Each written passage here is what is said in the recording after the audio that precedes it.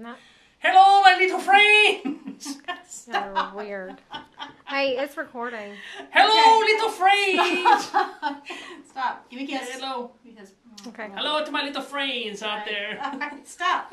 That's Bella again. And then we have Phoebe, our golden retriever. Phoebe, camera, Phoebe. Baby dog. You know, not everyone listens to the Tiger Mom. All right. And then we have two cats as well. I'm Nancy. Patrick back again. Big Poppy back again. Big Poppy. Just to elaborate a little bit more on Tiger Mom. God, honey. You're nutty. He says I'm a nut. I'm not a nut. I am passionate and strong and convicted in my values and beliefs. And I try to force all of that on my children. Everyone. Everyone. I want my kids to be. My mother was a single parent from the age of from when the time I was 12. My parents were divorced. Stop. My parents were divorced, and so I grew up with a very strong mother. She was all of 5 feet tall and 100 pounds soaking wet, and could move mountains. She was nutty too. She could move mountains, and so a lot of my parenting values and skill or lack thereof came from my mother. She had a strong core belief that you work hard, you play hard, and if you work hard, you'll be rewarded, and that nothing less than perfection is acceptable. So that's where I get it from. My dad is very similar, very temperamental, and expected a lot out of us as kids. So doing well in school, I expect that out of all of my kids. Overachieving. I was a scholarship recipient, academic scholarship recipient when I went to college, and and I consider all 5 children my kids. Matt and Carrie have been part of my family since Patrick and I have been together, and they were 4 or 5 years old. So we have Michelle's 21, Kelly's 18 now, Matt's 18, Carrie is 16. 16 gonna be 17. She'll be 17 in May. And then Sammy is ours together, and he's 11. And of course, we'll have clips of each child so that you can review them. But for the most part, they've all been together as a family. Michelle was roughly in 3rd grade, I think, when we got married. And then the others, the 3 Musketeers, I call them, Matt, Kelly, and Carrie, were in kindergarten, or roughly they were around when we got married. And so for them, this life is a lot of all they've really known. I would say that, obviously, if you asked any of those kids, which parent are they most afraid of, it's me. It's a healthy fear, I think, because is Michelle shaking her head? No. It's not a healthy fear. It's a healthy fear because I expect because I expect a lot out of all of them. It's not okay to not try your best. It's not okay to not succeed. I'm very proud of the fact that Kelly has applied to 6 colleges. She's been accepted to all 6, some of them very prestigious private schools, and she's received at least a partial scholarship to each one. So I'm extremely proud of that. Same thing with Matthew. Matt as well. Matt did the same thing, very much an overachiever. Michelle took a while to find her way in the world, but after multiple beatings, I'm just kidding. After after a lot of encouragement, Michelle is now in a 4-year school, and she's destined to become an elementary school teacher within the next 18 months to 2 years. And we're extremely proud of her and how she's turned herself around. Michelle's on the 6-year plan. I'm on the 6-year plan. But I think she's a great example of if you accept less than perfection, and you accept that, okay, well, maybe some kids aren't made for college, or some kids are destined to do other things in life.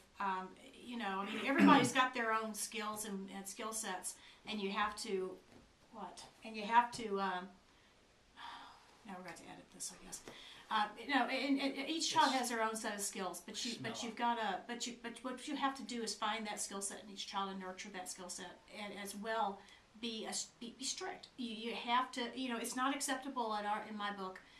My kids never went to spend the night with someone that I didn't know the parents, and I didn't know the parents extremely well. In fact, it's rare for my children to spend the night with someone else, people will come. Kids come here to spend the night. Our house is the hangout house. We've finished our basement. We've put a pool in the backyard. We've created a backyard play area. Pool house. Outdoor theater. An outdoor theater. Because a fire pit. We want. This is the place where bonfires are. This is the place the kids come swim. This is the place the kids come and play. Because if I know who my kids are hanging out with.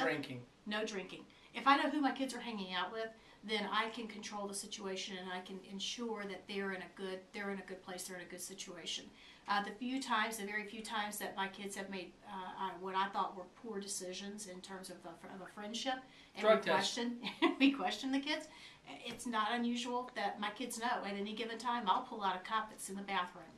Pee in the cup. Pee in the cup and show me that you're not drinking and not doing drugs. And I think that's helped a lot. GPS on a car. That's helped a lot to keep my kids clean. GPS on a cell phone works real well as well.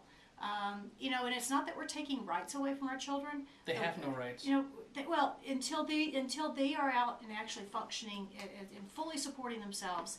If my name or our names are on that car and on that insurance policy, it's our responsibility to not only take care of them, nurture them, help them grow, but we don't want to harm anyone else in the process. And someone, if my kids are drinking or doing drugs and they go out and get behind the wheel of a car, and that's the trauma nurse in me, concerned about, safety and everything else. But if they go out and hurt somebody else because they were on drugs, you know what? That's my problem as well. And shame on me for not recognizing it or preventing it in the first place. So, strict, yeah.